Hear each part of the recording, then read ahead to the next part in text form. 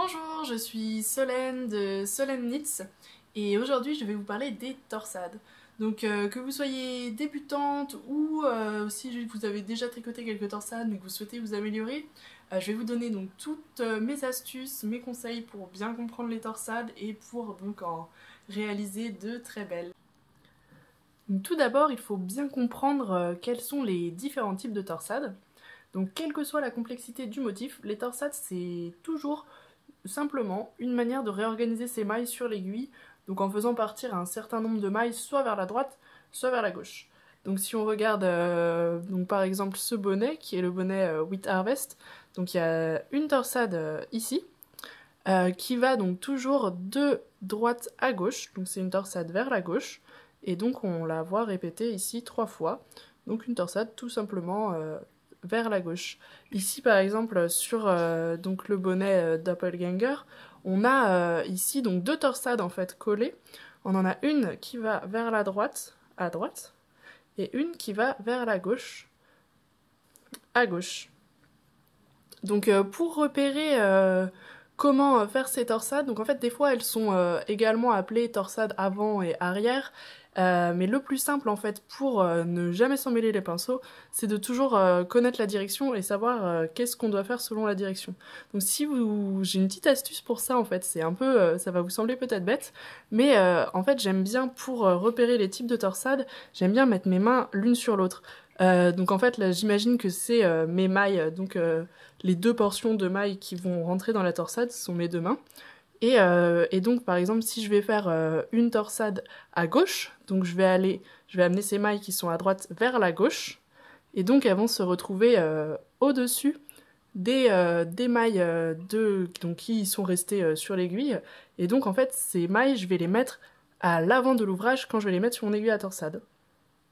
Et donc inversement, quand je fais une torsade vers la droite, donc mes mailles de départ passent derrière les mailles qui sont restées sur l'aiguille, et donc je vais mettre mes mailles à l'arrière de l'ouvrage pour faire une torsade à droite. Donc je ne sais pas si c'est très clair, je vais vous montrer peut-être plus en détail avec une petite démonstration tout de suite. Donc ici par exemple, je suis en train de tricoter une torsade, donc c'est celle que je vous montrais tout à l'heure ici en fait. Donc c'est en fait 2 torsades l'une à côté de l'autre de 4 mailles chacune, tricotées uniquement sur l'endroit, avec donc une torsade à droite tout d'abord, puis une torsade à gauche. Donc pour tricoter cette torsade, donc quand j'arrive au point où je dois tricoter ma torsade, je vais donc prendre les 2 premières mailles et les mettre sur mon aiguille à torsade. Et donc en fait je vois ici que donc je veux aller vers la droite, donc ces 2 mailles vont devoir se retrouver par-dessus les 2 premières mailles. Donc mes 2 premières mailles doivent aller derrière. Donc c'est exactement ce que je vous montrais avec mes mains tout à l'heure.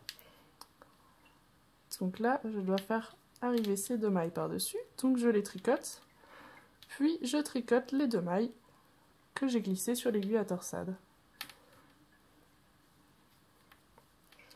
Pour l'autre côté, inversement, donc c'est ces 2 mailles que je vais devoir faire passer par-dessus les 2 autres, donc pour arriver par-dessus et aller vers la gauche. Donc je les mets sur mon aiguille à torsade et je garde l'aiguille à l'avant de l'ouvrage. Et ensuite je vais tricoter les 2 mailles qui sont restées sur mon aiguille, puis les 2 mailles de l'aiguille à torsade.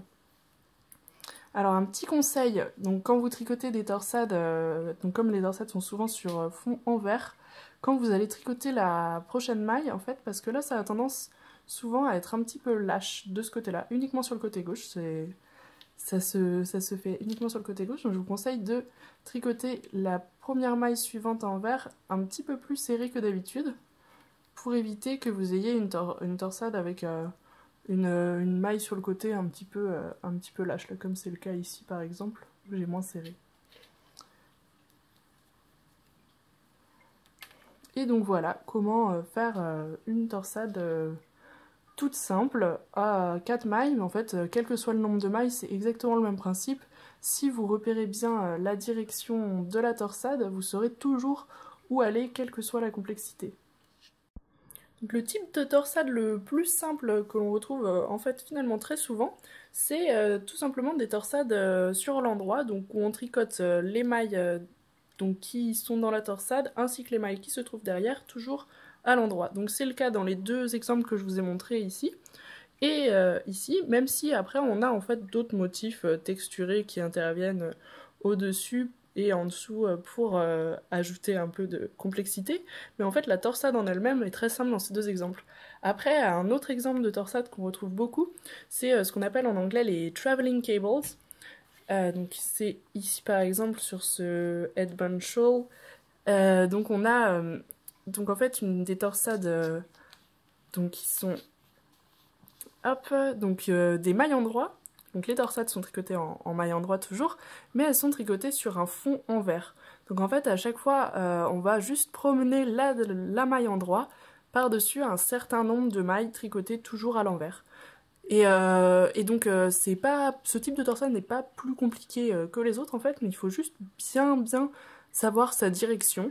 Et donc des fois on aura une maille en droit sur deux mailles en vert par exemple, ou même plus, ou une maille en droit sur une maille en vert, ça dépend du type de motif.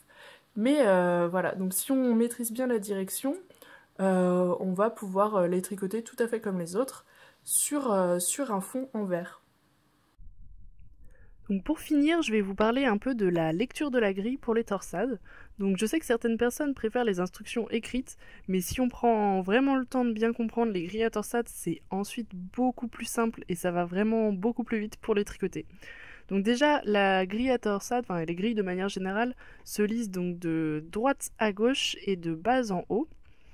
Donc là, en fait, mes petits exemples de grilles, c'est des grilles en rond, parce que tous les noms qui correspondent aux rangs sont situés à droite. Donc on va tricoter tous les rangs de droite à gauche, alors que quand on a une grille donc pour un motif qui se tricote à plat, on va avoir les chiffres pairs qui sont sur le côté gauche, parce qu'on va tricoter le premier rang dans ce sens-là, le deuxième dans ce sens-là, etc. etc.